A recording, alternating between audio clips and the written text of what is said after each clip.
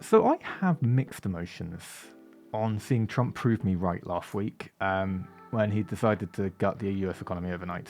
Uh, on one hand, for those who have spoken to me this year, I kind of look like a prophet because I have said that we need to protect ourselves against Trump completely misunderstanding tariffs and destroying the global economy. But on the other hand, I really think I would prefer to be wrong on this front because I think we now live in a much more uncertain and rather scary world. Now, it is true that Trump has temporarily paused all of the tariffs except for the ones on China, and then he's got tariff exemptions, but those exemptions actually weren't exemptions. And it's getting to the point where countries are happy that most of the tariffs are gone, but there's still the 10% tariffs on there, and it's very unclear as to what tariffs actually remain. But really, let's just have a look at what the original tariffs were, because the Trump tariff policy has been to introduce what he calls reciprocal tariffs against countries worldwide.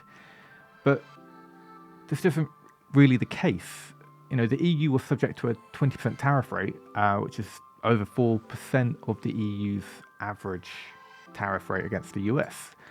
The retaliation really seems to be brought about against countries which have a trade surplus against the US on goods, and goods alone, because it conveniently avoids looking at services for which the US tends to have a trade surplus against most countries across the world. And even if a trade country has a deficit against the US, they have been subject to a minimum 10% tariff. Now, the calculation to determine the reciprocal tariff seems to be essentially dividing the trade balance of goods by the value of imports and then halving that figure again. So like looking at the US-China trade balance, the US imported around 430 odd billion from China and exported around 140 billion to them, which gave a trade balance of around 290 billion, give or take. Now divide that figure by the imports, 438 billion, and then divide it by 2 once more. That gives us a figure of around 34%, and that's the tariff that the US posed against China. So does this calculation make any sense? No, it just doesn't. And it seems that it was essentially clumsily calculated using AI. I think the economist it was attributed to was someone called Ray Navarra, which happens to be an anagram of Peter Navarro. And I bet he thought he was very clever when he did that, but he does look like a bit of an idiot now because let's just have a look at where the tariffs are tariffing. I'm sure we're all familiar with the island of penguins, which apparently has been taking the US for a ride. But if you actually look at each individual island, the tariffs seem to be organized against regions that have individual internet domains. That's what separates each tariffable location, rather than countries, because some countries are double counted.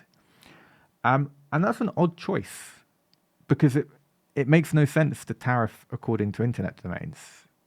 It only really makes sense to do it via countries. And I don't think any human would ever occur to tariff people via internet domains, which lends credence to the idea that it was probably done by AI, because that's something that an AI would just see as a natural way of doing it, because it has access to all of the internet domains on its database and doesn't really know to separate that from country. And furthermore, to be honest, despite no economists thinking these tariffs are a good idea, people have been able to output similar recommendations to using LLMs like ChatGPT. And I think this just kind of demonstrates the limits of, ChatGPT for one, but also Trump's advisors. Trump really seems to have just fired anyone who disagrees with him. And he's had it in his mind for a long time that tariffs are the way to fix everything. Make other countries pay for it. You're making your own citizens pay more.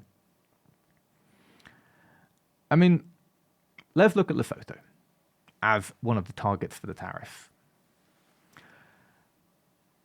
Lesotho is a very poor country, and it exports diamonds.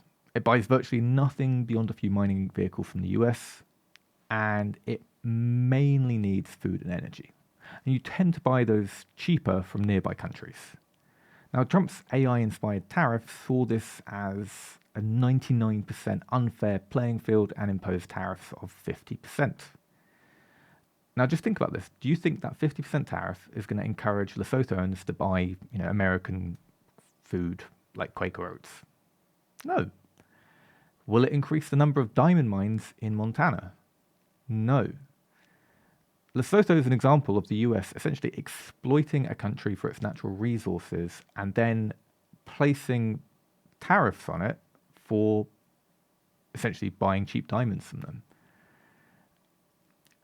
It's essentially like having your employer suggest that they're paying you far too much in salary because you're not paying them anything in salary, so they're going to put tariffs on your salary and decide that for every amount that they're going to pay you, they're going to deduct. Essentially, they want to give you a pay cut because they're upset that they're paying you more than you're paying them, while completely ignoring the goods that are flowing towards them, or in the employer analogies terms, the services that you're offering. I mean, the truth in all of this is that Trump isn't an economist, and he appears to have fired all of the economists that disagree with him.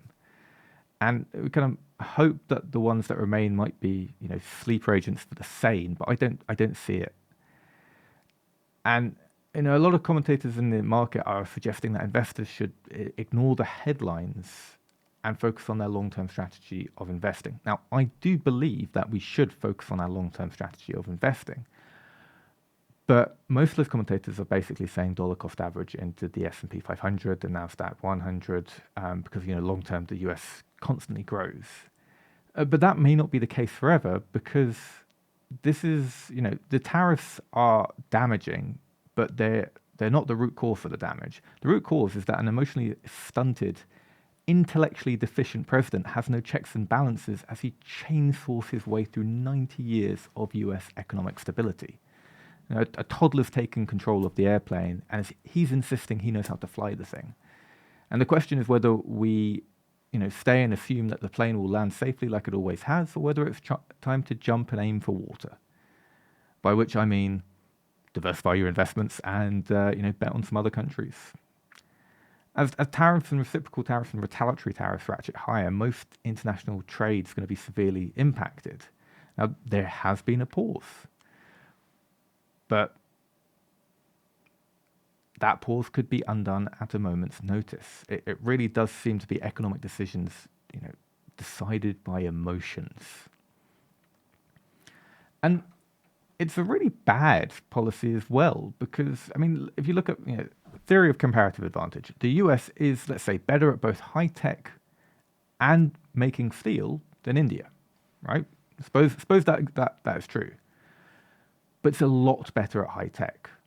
So if international trade seizes up and the US basically just stops purchasing steel from India or other countries, it has to deploy its resources within the country to make steel. And that redirection of resources could end up losing high tech exports to a country like India, because it has to move resources away from high tech, focus on the steel because it needs to produce everything in home, and the gap in the market left from the resources moved away from high tech can be absorbed by other countries. And this is going to lead to essentially the US being poorer, but also the rest of the world, more so than you might expect. And Americans will have experienced the prices going up first. And as this hits demand and affects purchasing behavior, we could see job losses. And then we could see more demand falling and further demand falling, and it could lead to a horrific recession. And our depressing victory lap in all of this is that, since Trump announcing his love of tariffs in his bid for a second term in office, State and Financial Management has been recommending holding a significant portion of our assets in consumer defensive equity, which means that because we thought that tariffs would make everything more expensive and everyone poorer, tariffs would increase the cost of imported goods, but also locally produced goods. The ultimate consequence is that because goods will now cost more to the consumer, the average consumer will have less money and buy less.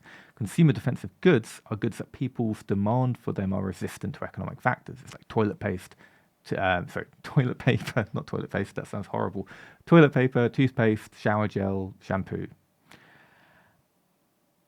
And they're the things that people are going to stop buying last during a recession.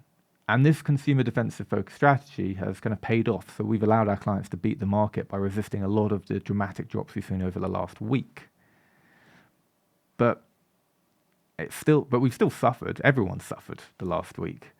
And what happens next is, Trump supposedly paused these tariffs, but I think it takes one off comment by a European prime minister somewhere before he switches them back on. If we look at Trump's approach to handling the COVID-19 pandemic, history has showed that he is not really a man to admit mistakes, and he's willing to double down on bad ideas rather than change them.